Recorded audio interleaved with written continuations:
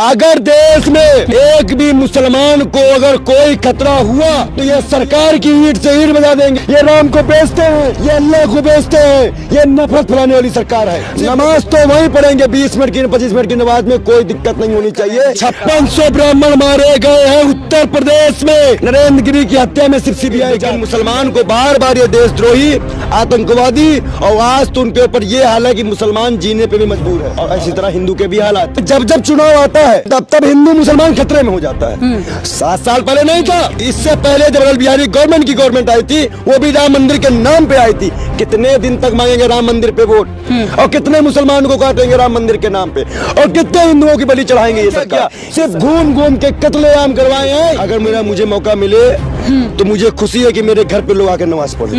अगर ये सरकार बंद कर रही है तो हम ये संत भी अपने यहाँ पे नमाज घर बनवाएंगे और इस सरकार को चुनौती देते हैं। अगर इसने ये खेल बंद नहीं किया तो सत्ता यूपी से गई और वैसे भी ये जाएंगे। नरेंद्र मोदी जिस तरह से आप हिंदू मुसलमान को कह के बांटने की राजनीति करते हो, ना हम बटने आए हैं और ना ही हम बटे। अब अगर ये ऐसा कर रहे हैं तो एपीजे अब्दुल कलाम की बनाई हुई एक भी मिसाइल ये प्रयोग करना बंद कर दे। अपने घर में ऐसे भीख मांगते हैं सर, ये आदत है हमारे लोगों की भीख मांगने की। 5 किलो राशन दो, अब आज 30 नवंबर के बाद राशन बंद कर दिया गया। ये सरकार ऐसे भीख मंगवा रही है, हम लोगों को मार रही है, काट रही है, लेकिन हम लोग कुछ कर नहीं पा रहे हैं।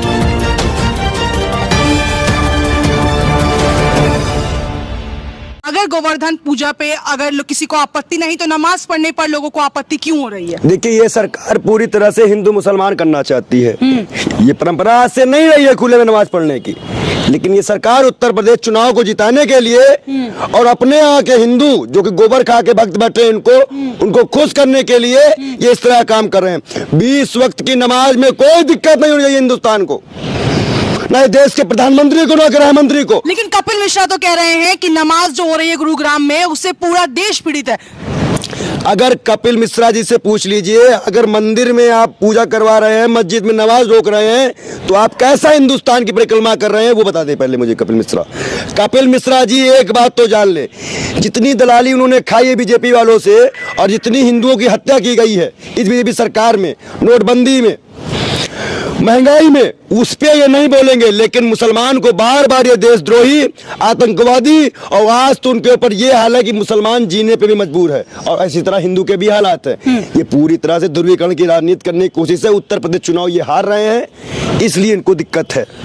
उत्तर प्रदेश में चुनाव है, चुनाव आते ही नमाज का मुद्दा उठाया गया, हिंदू मुस्लिम करने की कोशिश की जा रही है ऐसे वक्त में जब विधानसभा इतने करीब आ चुका है। पश्चिम बंगाल में भी हमने देखा कि कहा गया था हिंदुओं के लिए खतरा बताया गया था मुसलमानों को, लेकिन एक बार फिर से हमें ऐसा ही कुछ गुरुग्राम में देखने को मिला। देखिए जब जब चुनाव आता है तब हिंदू मुसलमान खतरे में हो जाता है। 7 साल पहले नहीं था, इससे पहले जब अटल बिहारी गवर्नमेंट आई थी वो भी राम मंदिर के नाम पे आई थी। कितने दिन तक मांगेंगे राम मंदिर पे वोट और कितने मुसलमानों को काटेंगे राम मंदिर के नाम पे और कितने हिंदुओं की बलि चढ़ाएंगे। ये सरकार पूरी तरह से हिंदू मुसलमान के अलावा 4.5 साल जो उन्होंने किया है वही ये बोल रहे हैं। और इसके अलावा बताइए ना योगी जी ने क्या किया, स्वास्थ्य में क्या किया, शिक्षा में क्या किया, रोजगार क्या किया, सिर्फ घूम घूम के कत्लेआम करवाए हैं। इनके यहाँ पे बयानों से हिंदू मुसलमान दंगा भड़का। वहाँ लोगों को जो है परमिशन थी, आप परमिशन देंगे अपने घर में नमाज पढ़ने की? मैं अपने घर को ही अगर मुझे मौका मिले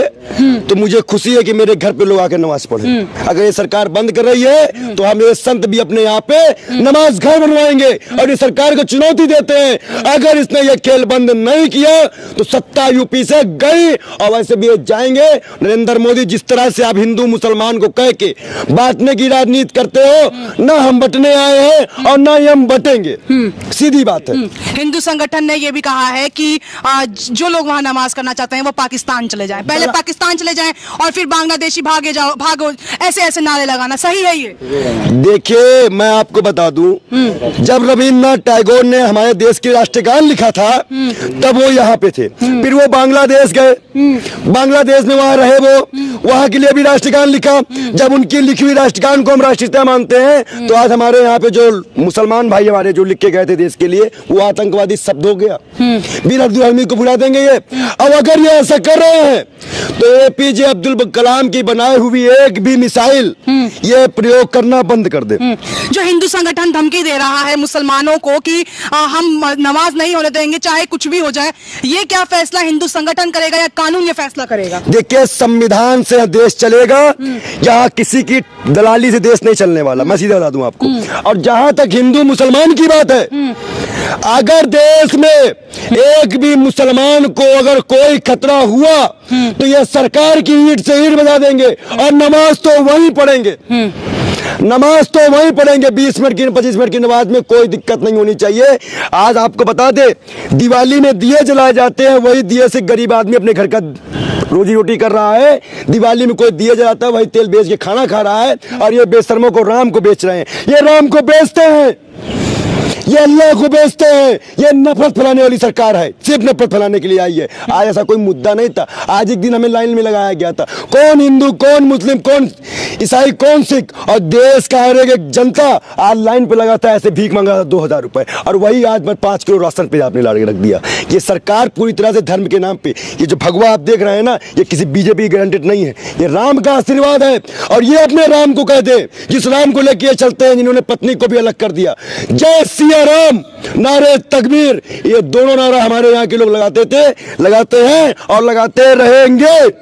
नरेंद्र मोदी दमो तो रोक लो। नरेंद्र मोदी को जो है आपने खुली चुनौती दे दी है, लेकिन विदेश में जो है दुनिया में सबसे लोकप्रिय नेता माने जा रहे हैं जो बाइडेन को पीछे छोड़ चुके हैं। देखिए, मैं आपको बता दूं, इनकी लोकप्रियता घटी है, मीडिया जो दिखा रही है बिल्कुल नहीं है। आप बताइए, जिस देश में किसानों को कुचला जाए, मुसलमान को नमाज से रोका जाए, हिंदुत्व भीख मांगे, ब्राह्मण की हत्या हो, बच्चियों का रेप हो, उसकी लोकप्रियता बढ़ा रही है। आप उसकी लोकप्रियता बढ़ा रही हैं। अपने घर में ऐसे भीख मांगते हैं सर, ये आदत है हमारे लोगों की भीख मांगने की। 5 किलो राशन दो, अब आज 30 नवंबर के बाद राशन बंद कर दिया गया। ये सरकार ऐसे भीख मंगवा रही है, हम लोगों को मार रही है, काट रही है, लेकिन हम लोग कुछ कर नहीं पा रहे, कुछ नहीं कर पा रहे। और आज हमने जब प्रोटेस्ट किया नोटबंदी का, तो हमें धक्के मार के वहां से भगा दिया गया। तानाशाही, आप खुद भी हिंदू समाज से आते हैं, ब्राह्मण समाज से आते हैं, बीजेपी भी तो ब्राह्मण को खूब सपोर्ट करती है, तो आप क्यों विरोध कर रहे हैं? 5600 ब्राह्मण मारे गए हैं उत्तर प्रदेश में। नरेंद्र गिरी की हत्या में सिर्फ सीबीआई जांच। पहले गया, उन्होंने पंखे से फांसी लगाई, पंखा एकदम सही सलामत था। उसके बाद उन्होंने कहा कि उन्होंने जहर खाया, और ये नहीं बता रहे हैं कि 1600 करोड़ का राम मंदिर घोटाला वो उजागर करने वाले थे। ये किसी की सरकार नहीं है, ये अडानी अंबानी की सरकार है। अम्बानी लंदन में क्यों चले गए?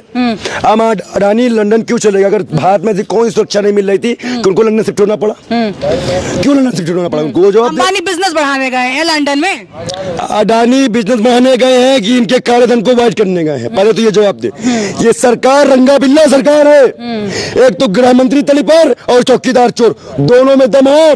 बुलाए मीडिया, प्रेस कॉन्फ्रेंस कर नरेंद्र मोदी जवाब दे कि बच्चियों पे रेप पे जवाब दे, मुसलमान को रोकने पे जवाब दे। और सबसे चौथा बजट मुसलमानों के लिए इनकी सरकार ने निकाला, सबसे बड़ा बजट। वो क्या मुसलमान को बेवकूफ बनाने के लिए था?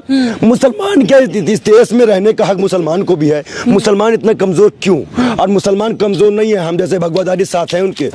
वो चिंता ना करे, ये सरकार पूरी तरह से बेशर्मी करती आ रही है, सिर्फ बेशर्मी करते। वो आपको कुछ नहीं करने वाली, सिर्फ काटेगी, लिंचिंग करवाएगी।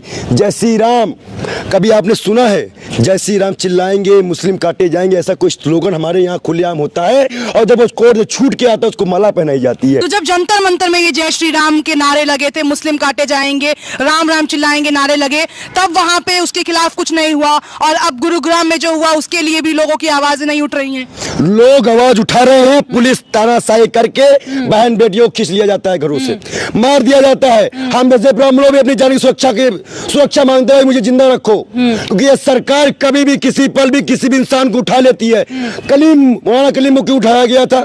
कि वो आपका धर्म परिवर्तन करवा रहे थे। आज भी कन्हैया कुमार बाहर है, वो हिंदू है, और अभी भी हमारा कन्हैया कुमार को तो वैसे ही देशद्रोही कहा जाता है। कन्हैया कुमार को देशद्रोही कहा जाता है, दोनों बैठे हैं, देशद्रोही की सरकार बैठाई है। और देशद्रोही मैं प्रूफ करता हूं।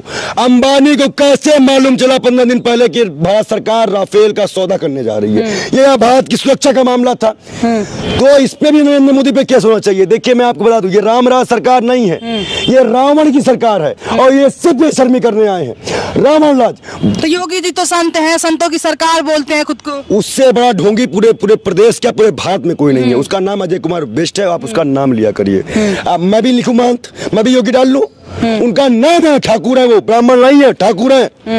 अब ब्राह्मण कब से बन के बैठ गए वो अपने गुरु को, हो सकता है कि उन्होंने अपने गुरु को भी कुछ ना कुछ किया हो, तो इनके यहाँ गोरखपुर में ऐसे मठ नहीं बना। आज इनके मठ से इनकी हिंदुवानी गुंडागर्दी करती है। 14 फरवरी वैलेंटाइन डे के दिन इनके गुंडे जाते हैं और छेड़छाड़ करते हैं, बेशर्मी करते हैं महिलाओं से। तब कहा जाता है इसका मुख्यमंत्री का ये हिंदुवानी का संगठन। ये लोग बेशर्मी करने हिंदुस्तान में आए हैं और हिंदुस्तान को बेचने आए हैं। ये धर्म की आड़ में हिंदुस्तान बेच रहे हैं और बेचते रहेंगे।